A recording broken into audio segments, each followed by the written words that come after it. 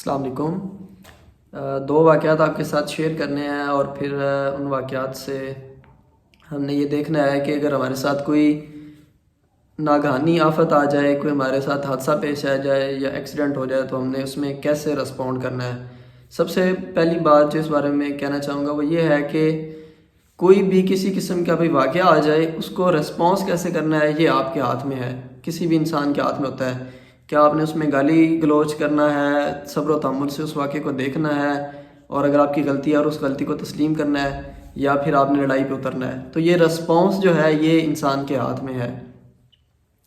پچھلے دنوں میں اپنے بھائی کے ساتھ یعنی کزن کے ساتھ جا رہا تھا گاڑی پہ، ہم لوگ لینڈ کروزر V8 پہ تھے، ہم ذرا جلدی میں تھے تو ہمارے سامنے جو V8 والا تھا وہ فاسٹ ٹریک پہ چل سلو رہا تھا، یعنی تھا وہ فاسٹ ٹریک پہ لیکن وہ سلو جا رہا تھا۔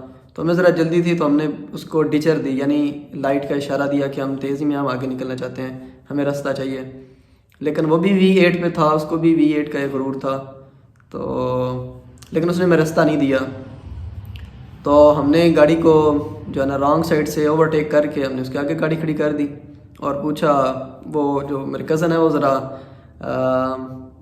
سخت مزاج کے ہیں، جلد باز ہیں، تو انہوں نے تو غصہ کیا۔ میں نے کہا دیکھیں یہ پاکستان ہے، وہ بیسیکلی یورپ میں بزنس مین ہے، تو یہ پاکستان ہے، یہاں پہ پاکستانیوں کے ساتھ جو ہے نا وہ ڈیلنگ ہمیں آتی ہے، آپ نہ کریں، میں ان سے بات کرتا ہوں۔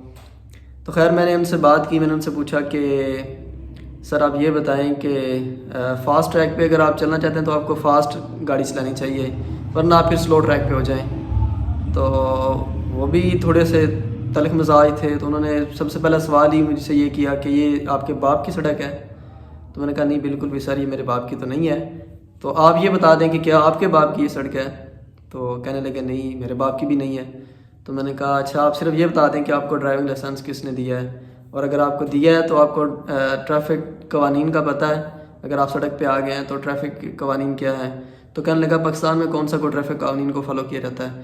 میں نے کہا سر ہم ہی کریں گے نا، پاکستان میں اور کون ہے؟ آپ اور میں ہی پاکستانی ہیں، اگر ہم کریں گے تو باقی لوگ بھی کریں گے۔ خیر بر ایٹ دا اینڈ یہی ہوا کہ انہوں نے اپنی غلطی مانی اور معذرت کی، اور اس طرح یہ معاملہ رفع دفع ہو۔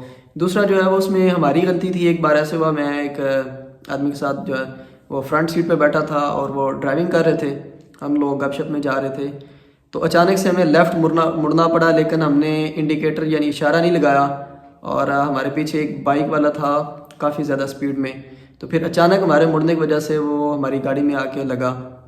لیکن اللہ کا کرنا ایسا ہوا، اچھی بات یہ ہے کہ ان کو بھی کوئی نقصان نہیں پہنچا اور ہمیں بھی، لیکن وہ فوراً سے اس نے بائک روکی اور آ کے ہاتھا پائی پہ اترایا۔